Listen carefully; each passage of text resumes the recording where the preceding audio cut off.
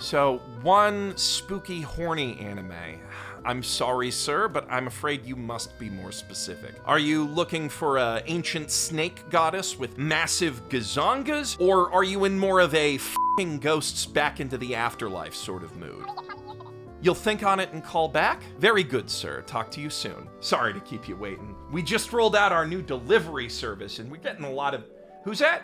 Means we don't have to kidnap you anymore. Ha! Oh, you're funny. Now, we got a lot of trash to shovel down your gullet and only so much time before you can legally be declared missing. So let's get shoveling, shall we? Starting, as always, with some nice, light Trashpetizers. Tonight, we're offering a tasty pair of harem-ish comedies for him and her in Rich Girl Caretaker and Please Excuse My Younger Brothers. Both stories about nice, hard-working kids who find themselves unexpectedly changing schools and moving houses after their parents make some big life decisions for them. One could argue that Ito-chan's mom getting remarried is a slightly less big decision than Itsuki-san's deadbeat pieces of shit disappearing into the night with his tuition money, leaving him completely hopeless had he not lucked into saving the world's least self-sufficient billionaire heiress from a kidnapping 5 minutes later. But both ultimately end in roughly the same place, with Protag living in the same house as their obviously endgame love interest and also meeting some other cuties who just as obviously stand no chance. I mean, Ito does end up living alone with her Bishi little brothers after mom and dad get suddenly relocated to Hokkaido, whilst Itsuki is under 24/7 surveillance by an army of servants under strict orders to cut his dick off if he tries anything. But other than that, it's basically the same deal. That deal being a goofy, character-focused comedy driven by big personalities who make lots of funny faces. お茶、あとお菓子。無敵か。これ水だ。お茶って言ったんだけど。おい、てめえがこの女の世話しとけよ。なんで俺が。なんでそんなにこぼしてんの？ペットボトル飲み慣れてない。一人の男の子としてすごく気になるの。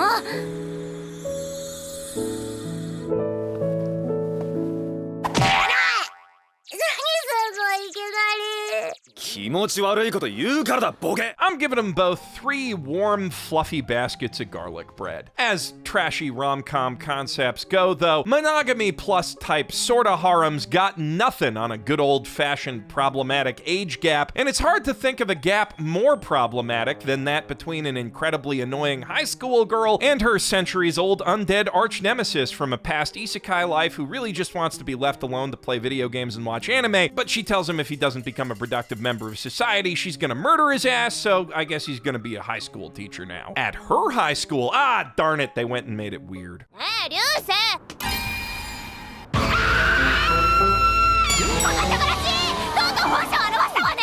誤解だ。生きてるよ。トマトの化け物が襲ってきてな。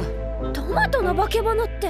Anime making fun of other anime is a time-old tradition dating back to the imperial Japanese propaganda cartoons where the cute talking animals did war crimes on Popeye. So it is rare to see a series that actually comes at it from a fresh perspective, but Hanaori-san Still Wants to Fight in the Next Life manages to do just that. Coming at the classic elite private girls' school setting from a novel reverse isekai angle that opens up all sorts of great jokes about all sorts of genres, from isekai like you'd expect, to yuri, and even magical girls. Every time you think you got the show's stick figured out, it throws in something new to mix things up, and the animation on everything, from the action to the comedy, is just fantastic. That said, most of its trashy tropes are just jokes instead of, the genuine article, and the double reincarnation age gap actually ends up canceling out the teacher-student age gap if you really think about it. So the most I can give it is 5 baskets of Red Lobster rolls. Oh, you were hoping for something a little spicier before we dive into the real trash? Well, Black Torch is, for the most part,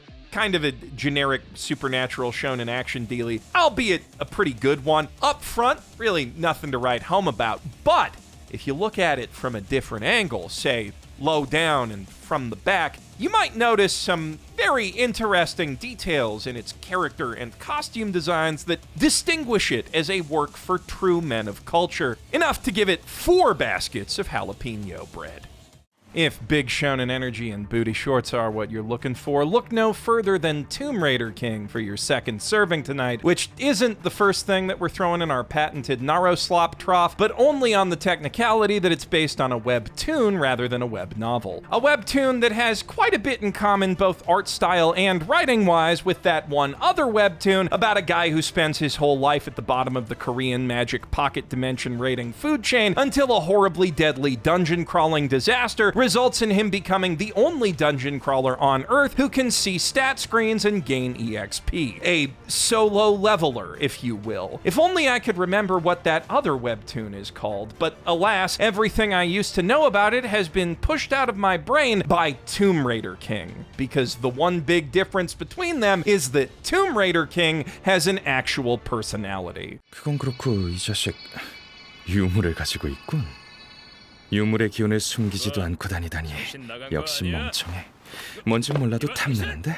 야! 사람 말이 말 같지 않아? Soju Han isn't just some guy with big numbers that keep getting bigger. He's a dashing, morally ambiguous rogue in the vein of Lupin III or Indiana Jones on a globe-trotting quest to collect almighty magical relics before they fall into the hands of one of the greatest evils in the modern world, a Korean CEO. Bringing not just hype and aura, but a frantic improvisational energy to the table that makes him a hell of a lot more fun to watch than what's-his-face. And sure, he and that other guy may both end up dating badass blonde baddies, but only one of those baddies is literally Paris Hilton.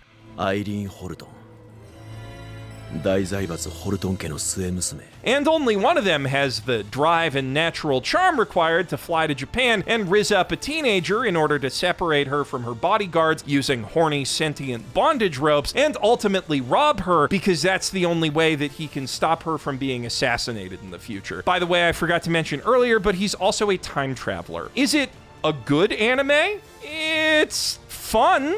Way more fun for me than that other thing, which is the only thing that either of these things really has going for them. So that's why I personally like Tomb Raider King more, and why I'm giving it 3 piping hot dumpsters full of Jackie Chan adventures and Shaolin Showdown fanfiction. But how did a humble Korean tomb robber learn enough Japanese to rizz up a teenager in the first place? This menu's sponsor, Rosetta Stone Sapphire, insists I tell you they have no record of any Soju Han ever signing up for their service, and also if he had, he wouldn't have had to flirt through Google Translate. But also, they really want me to emphasize that you shouldn't be using any of the 25 languages that you can start speaking today with Rosetta Stone Sapphire to hit on random people in other countries. You know, because that's kind of weird and might make people uncomfortable, but definitely not because you couldn't. After all, their comprehensive lesson plans are designed to teach you exactly the sort of broadly applicable real-world vocabulary that you need to navigate everyday conversations and forge real, lasting bonds of friendship or more across any of those language barriers. Building multidimensional fluency by working on your grammar, pronunciation, listening, and writing skills all at once, so you can go beyond merely recognizing words to truly understanding them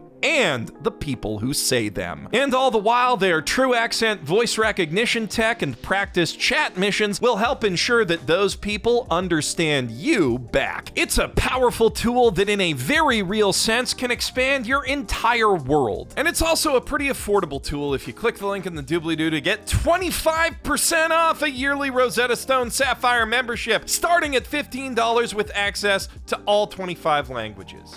But now it's finally time for you to dive into our patented Palantir Narouslop Trough. And this summer, the trough truly runneth over with just as much girl trash as boy trash for once. Starting with a big, hearty scoop of The Ogre's Bride, which actually comes from Navema, not Shosetsuka ni Naro, but slop is slop. So, in this anime's world, they got yokai all over the place. But instead of haunting old buildings or stealing teenagers' testicles or what have you, these yokai run extremely profitable multinational corporations. And also, sometimes, for no apparent reason, they'll point at a random human woman and say, "I love you, you are my wife now," and since they're all really hot and rich, that always goes over fine. It is, in fact, highly desirable, to the point that some families who have 2 daughters but only one of them got yokai wifed will be all like, hey, not as good daughter, you're clearly never gonna kiss a magic cajillionaire, so since your mouth is all useless and stuff, why don't you go scrub your sister's toilet with your toothbrush and such? Yuzu is one such not as good daughter, so unvalued by her family that when her sister Karen's fox demon fiance lights her on fucking fire, her parents are just like, well, you wouldn't be on fire if you hadn't talked back, dummy. But then when she's running around town crying about that happening, a guy points to her and says, I love you, you're my wife now. And it's not just any guy, it's an Oni, the tippity top of the yokai food chain. But it's also not just any Oni, it's the heir to the biggest Oni corporation in the whole ding-dang country. So now she gets to live in a big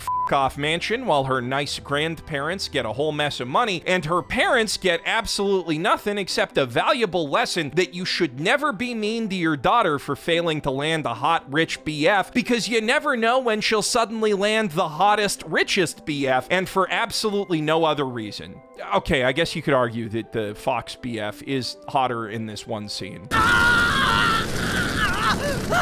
Hashtag goals, hashtag tradwife, hashtag get you a mans who will light other mans on fire, but not enough to kill them. Clearly, this goes right in the lonely slop bin. It is also kind of validation slop with all the suck on that mom and dad moments, but like, that aspect is a little bit undermined by the underlying theme of the story being women's only value is how far up they can marry, not to mention the scene where Yuzu thanks her parents for abusing her for the last 16 years right before going to move in with her husband. Like, bro, and people call Toru Fruits Basket a doormat. I, for one, prefer more feminist validation slop that says a woman can be whatever she wants to be, especially if what she wants to be is not a heroine or a saint, but an all-works maid, and proud of it. Ritsuko Mizunami has dreamed of wearing that frilly apron all her life, applying every ounce of her prodigious intellect and studying efforts toward becoming the best housekeeper on the planet Earth. But right before she can make that dream a reality, a plane crash sends her away from Earth and into another world, the world of some otome game that she's never heard of because she was too busy training to be a maid to play dating sims. It's not all bad news, though. Turns out her new isekai mom is a maid herself, and what's more, the newly reborn Celeste McMurden is actually the protagonist of that otome game she's never heard of, a position that comes with all sorts of unfathomably mighty magic powers that turn out to be super duper handy for housework. They're also apparently pretty handy for defeating the Demon King and diverting the prophesied end of the world, but Celeste is having too much fun cleaning up dusty old mansions and cooking insanely delicious food to be bothered with that sort of thing. Much to the chagrin of the guy and girl who reincarnated as the love interest and villainess, respectively, of that otome game that they actually both had heard of prior to being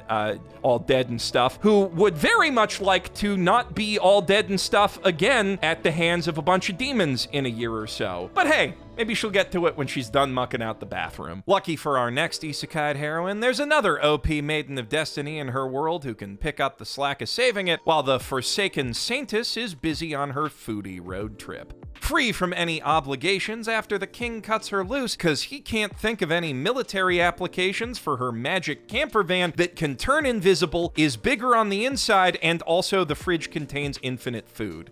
He might be a little bit stupid, but it's not her country and that's not her problem anymore. She just gets to camp out and cook out wherever the heck she wants in this big, beautiful fantasy land until a big, beautiful fantasy man washes up at her campsite and invites her to be his adventuring party's traveling cook, which she says yes to because he's really hot. Then she meets his party, who are also really hot, and says to them, yeah, I get to hang out with so many hot people. Fantasy worlds are so much better than the real world, out loud to their faces as like literally the first thing that she says to any of them, prompting at least half of them to start planning the orgy. And that's about where I stopped watching to start writing this. Don't get it twisted. Slow life food porn with a side of bisexual anime eye candy sounds like an ideal combo meal for me to start selling at this restaurant that we're in, but I do feel like the food porn aspect loses a bit of its appeal when the yakitori story looks like turds on sticks, and while we're offering animation critiques, the eye candy could also stand to be a little less lumpy and misshapen all the time. Obviously, this one's lonely slop and not very good. And so is The Oblivious Saint Can't Contain Her Power. Yet another anime about a rich girl who isn't good at magic, but her sister is good at magic, so she gets bullied a lot until she's sent away to marry the prince of a foreign country and discover that she is actually good at magic after all. The goodest, even. In other words, one of those f***ing things, but for girls. Despite the title, it does actually take a whole episode and a half for the power the Oblivious Saint can't contain to show itself, but not because this is some sort of carefully paced slow burn story. I mean, that same episode goes from carefree wedding planning to, oh no, a bandit attack, to, oh no, the only named side character is dying in front of me in the space of literally 3 minutes. The show just has kind of a bad habit of pausing after literally every plot beat so the characters can explain exactly how they feel about whatever just happened in exhaustive detail. You can't just have your characters announce how they feel.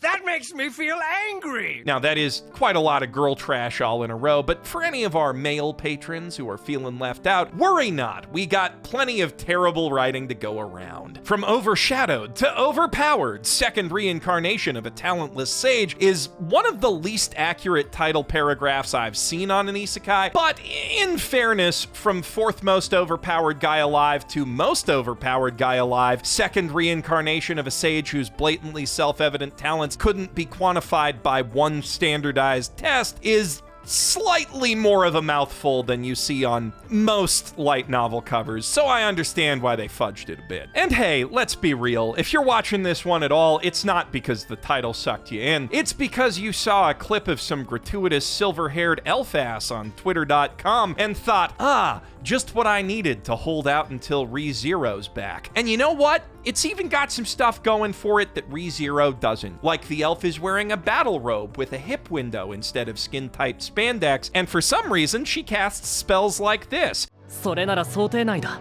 マーリン。僕も防御術式を。何？足にまで。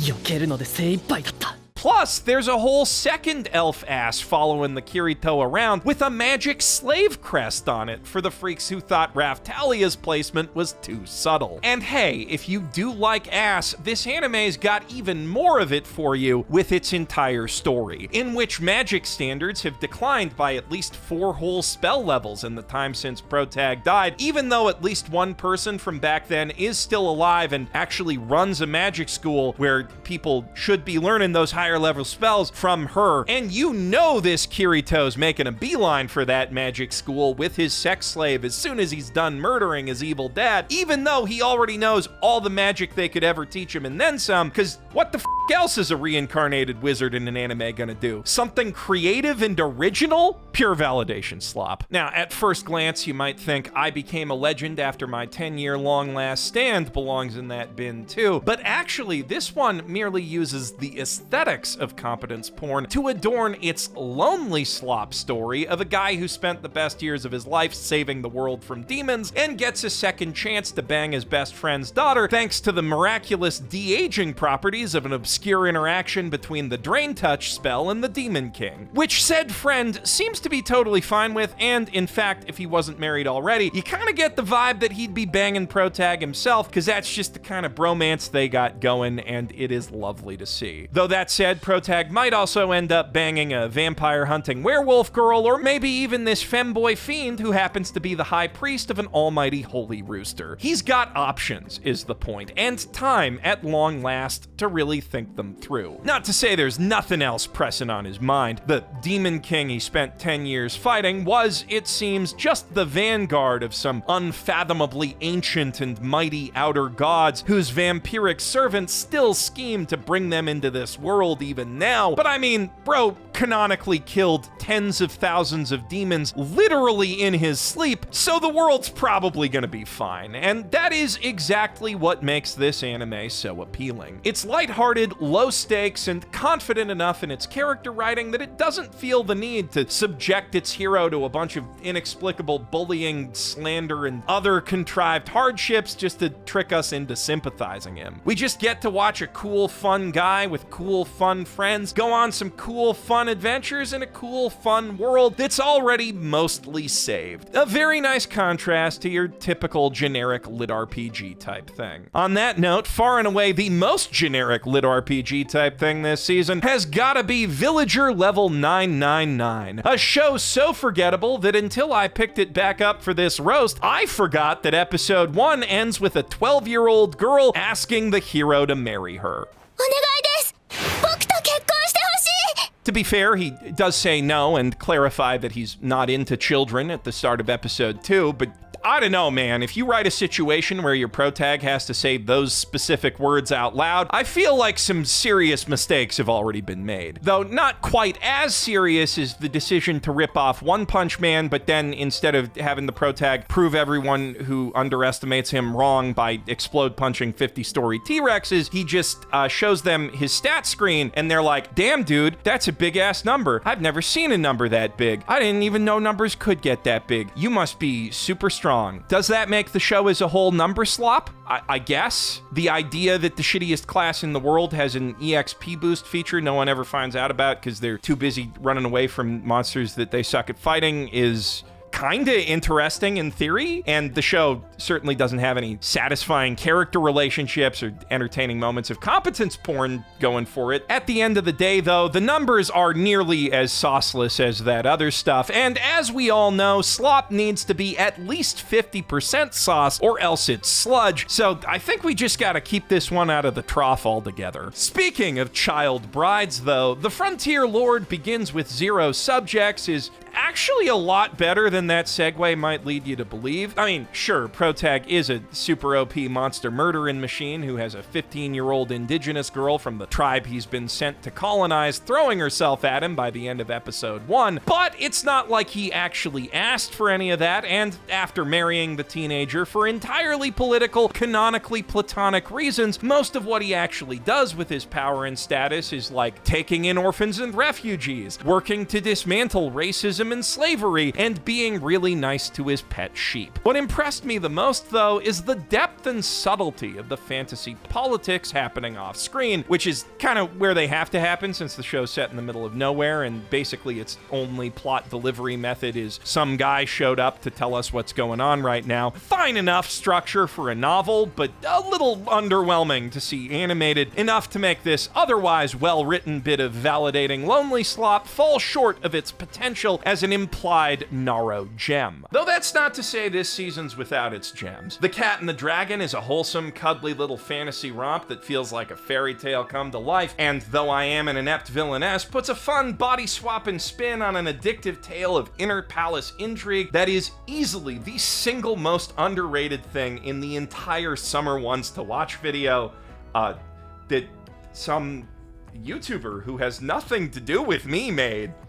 This is a restaurant. Now, if you want to see a villainess be an actual villainess, A Livid Lady's Guide to Getting Even may just be the slop for you. But you are gonna have to wait for her to corner the market on luxury soaps first. Worry not, it's all part of the revenge plot, but you do really have to trust the process with this one. The shift from this Kiri Tess breaking out of jail with crazy magic powers and vowing bloody revenge on the whole dang kingdom ruled by her cheating dickhead prince fiancé to explaining the intricacies of marketing prestige cosmetic brands for the ultra-wealthy is a little jarring, but with just a little bit of patience, you'll be right back to watching psycho nuns beating subhuman bandits to death before you know it. 死ねクズども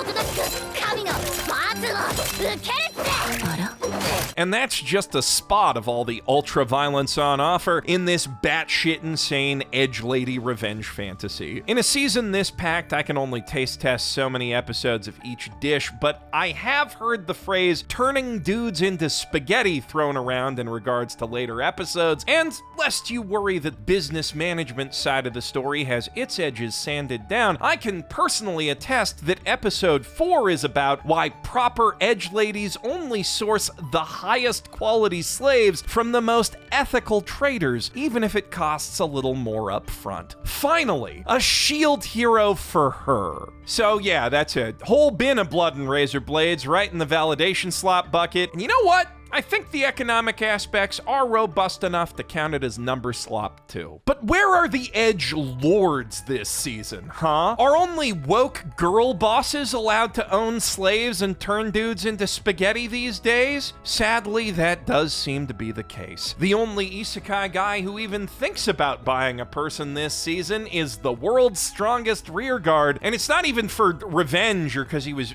pushed out of regular society or any excuse like that. He just gets some free slave rental coupons from the Isekai Immigration Bureau as compensation for kind of fucking up his class registration. And it turns out the slave rental service is really just a care facility for adventurers who died in the dungeon and were reborn as mute amnesiac demi-humans, so it doesn't even have to get into apologetics for real-world atrocities to excuse what he's doing. What a ripoff! Now, you'd think that with Protag being a corporate wage slave who reincarnated alongside his ex-boss, there'd at least be some, chance for misogynistic revenge fantasies or something like that. But nah, she just really wants to f him, as do all of the half-dozen teenagers who join his party in the first 3 episodes. So basically, they just put an office rom-com in your isekai harem so you can gobble trash while you're trash goblin. And in case you were wondering who Best Girl is, it's the lizard woman slave because she doesn't talk.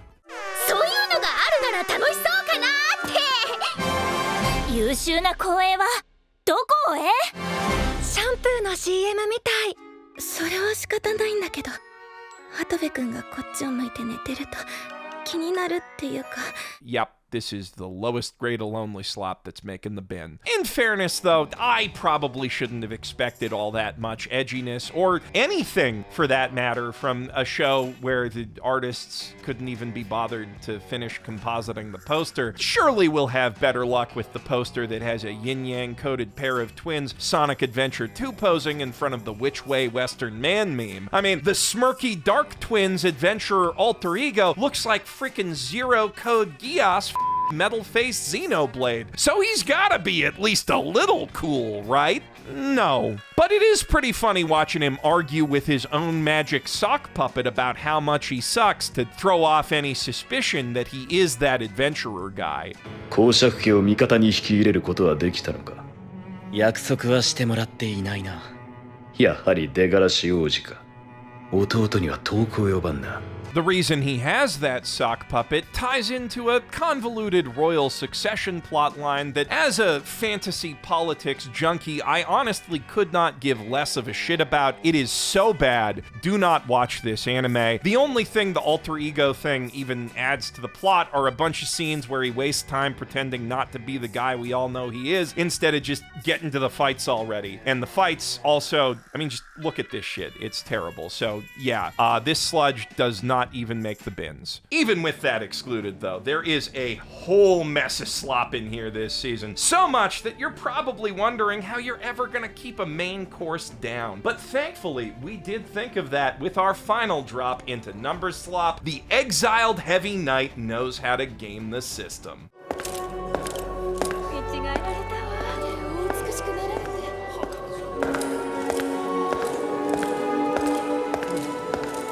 名前をマリスという。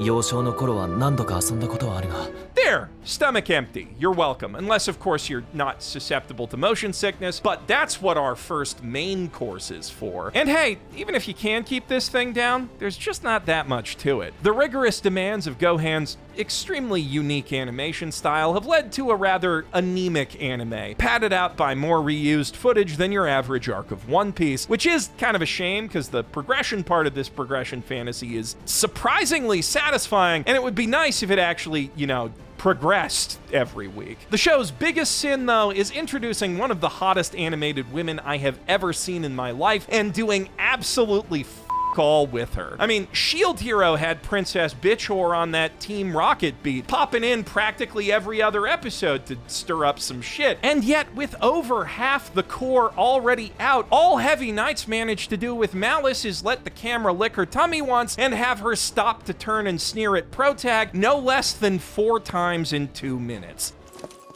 悪いね。エルマ様の才を奪ってしまったみたいで。エルマに次期当主は荷が重いと思ってましたよ。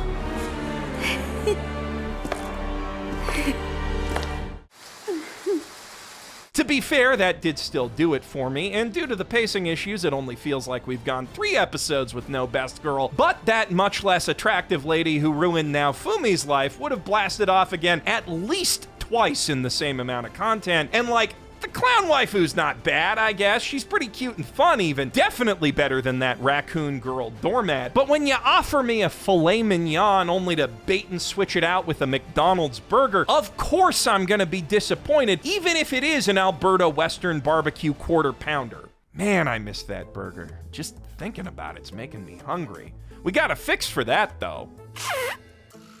There, appetite gone. Chainsmoker Cat is a disgusting anime about disgusting people with disgusting habits. Dumb bitches with terrible taste who will never change and will never improve, and that is a promise. It's not entirely their fault. Japan isn't exactly tripping over itself to give beast folk equal rights and opportunities in this world. At times, with all the shit they go through and all the shit that very rapidly and violently goes through them, it's hard not to feel sorry for these chain-smoking, heroin-shooting, binge-drinking, gamer-raging cat girls. But then, at other times, you watch Yaniko make a drowning child wait for her to finish her cigarette before diving in to save him, and it's just as hard not to feel like she kind of deserves basically all of it. A victim of society she may be, but she's also very much a victim of herself, and so are basically all of the people unlucky enough to know her. And it's that 1-2 combo of inescapable economic circumstance and endless own goals that really makes the schadenfreude hit different here. If you came in hoping for a thoughtful, empathetic portrayal of the horrors of poverty and addiction, you clearly missed the bit at the start where the cute talking animal does war crimes to her toilet, but just because it's not nice doesn't mean it's not an authentic portrayal. And the funny thing about horror is when it happens to someone you don't like. ちゃんと理解してるにゃ。人はいつか死ぬ。それだけのことにゃ。院内は禁煙だ、このクソ獣人が！ It's definitely not for everyone, but this show has me rolling on the floor with every single episode. And the best part for me personally is it comes with its own rating built in. I give it Yaniko's apartment after she falls asleep smoking. Horror and comedy also go hand in hand in our second entree of the evening, Dara-san of Reiwa. Yamatagi Madara is an ancient demigod of vast power and unquenchable wrath, whose lingering resentment alone is enough to inflict agony beyond human comprehension on its unsuspecting victims. A terrible curse born of centuries-old malice, straight out of the kind of J-horror movies that give you nightmares for weeks. So naturally, when an earthquake loosens the seal on her mountain and a pair of unwitting children stumble into her domain, they decide she's their best friend now, and also her name is Dara-san. ほんまに向こうのも触れへん。幽霊みたい。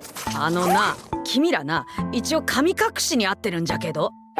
すごいやん、ダラさん。Doraemon, if you're not familiar, is an aggressively mid, wildly popular kids anime about a cute little alien guy who lives with this whiny loser and lets him f*** around with all his wacky alien gadgets every week. I only bring it up because several much better anime and manga have been born from the premise of what if Doraemon was kind of up though, including Taco P's Original Sin and Dead Dead Demon's King Dedede. It's a fantastic hook for scary, riveting drama, but Dara-san manages to bring that hook all the way back around to comedy again by instead asking, what if something up became a Doraemon? Also, what if that something was a massive Nagi monster girl with even more massive gazongas, innies if you're not a patron, and a very carefree relationship with the concept of clothes? The answer is its f***ing peak. そうそう、祠の中身ってなんなん？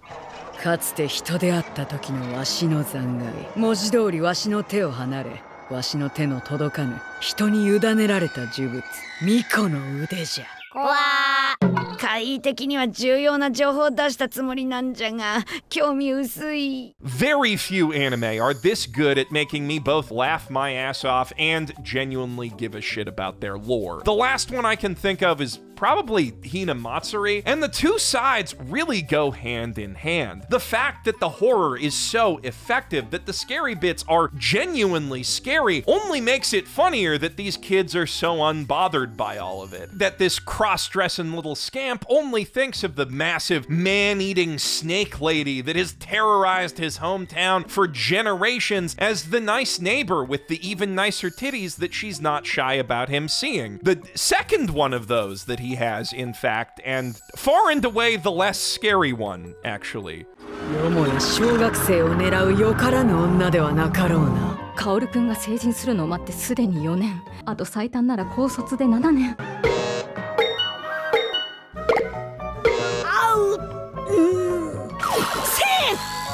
クソ穴判定。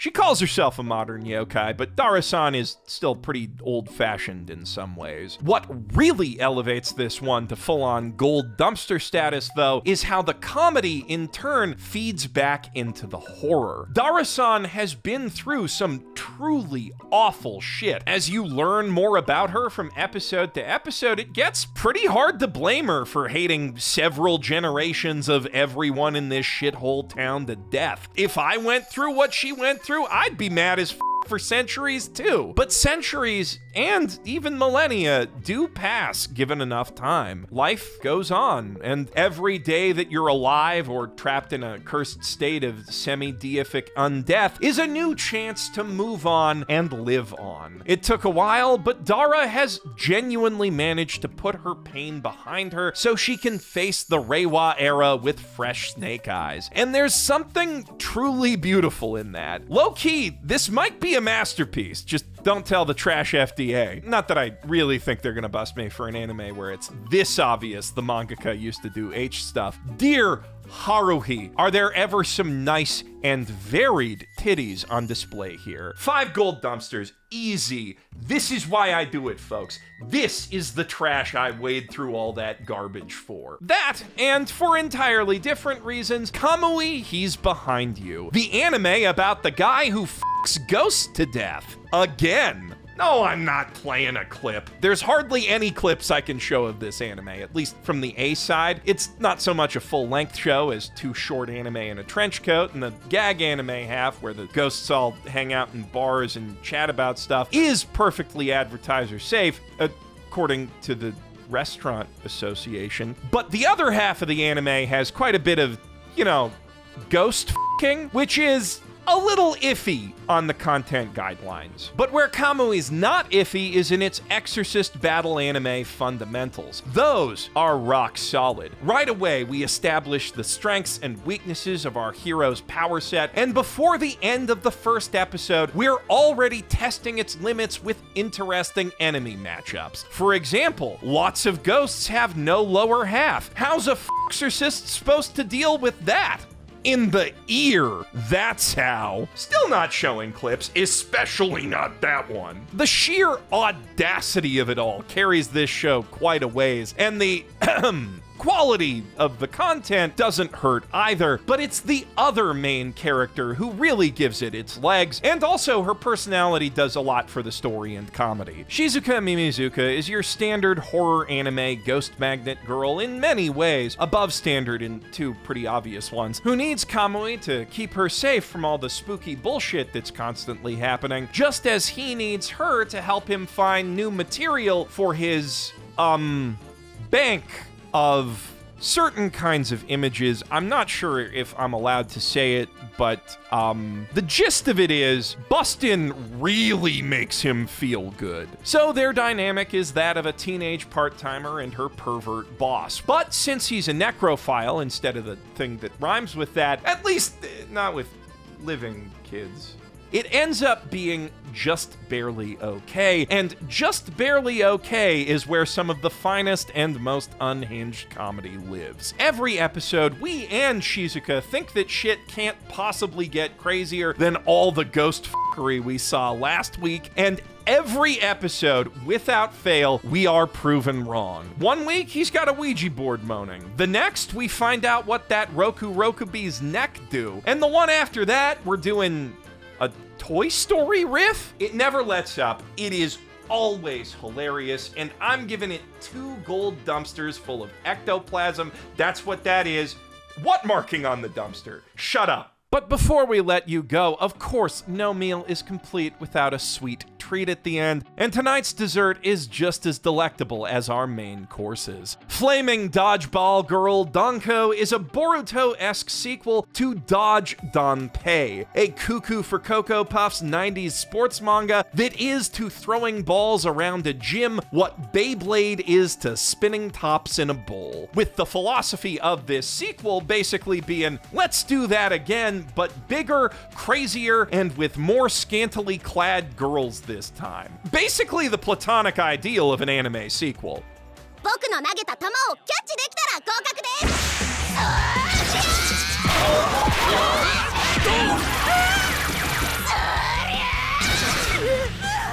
Danko is a true delight as a heroine, having inherited her dad's very shonen dodgeball philosophy of always play your hardest no matter how many people might get hurt. Something I suspect is tied to how he's already dead by the start of the series, with his grave looming large over the entire story. Like, literally, it's in the background of every scene. It's basically the show's Mount Fuji. But of course, no matter how cool an ace is, she's nothing without her team, and each of the other dodgeball girls brings their own unique talent to the table, from long, flexible limbs that can dodge any assault, to a sharp, analytical mind that can copy any technique, to massive, shock-absorbing titties that make catching even the hardest throws a breeze, to literally just cheating.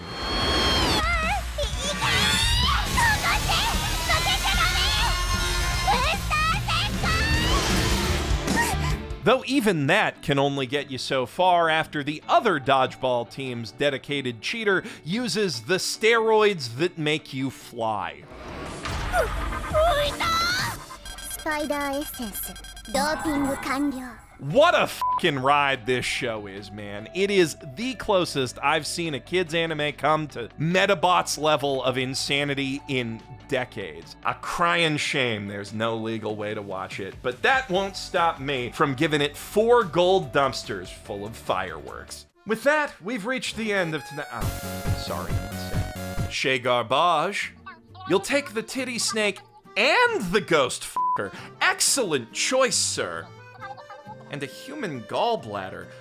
I'm afraid that we've discontinued that side of our How much?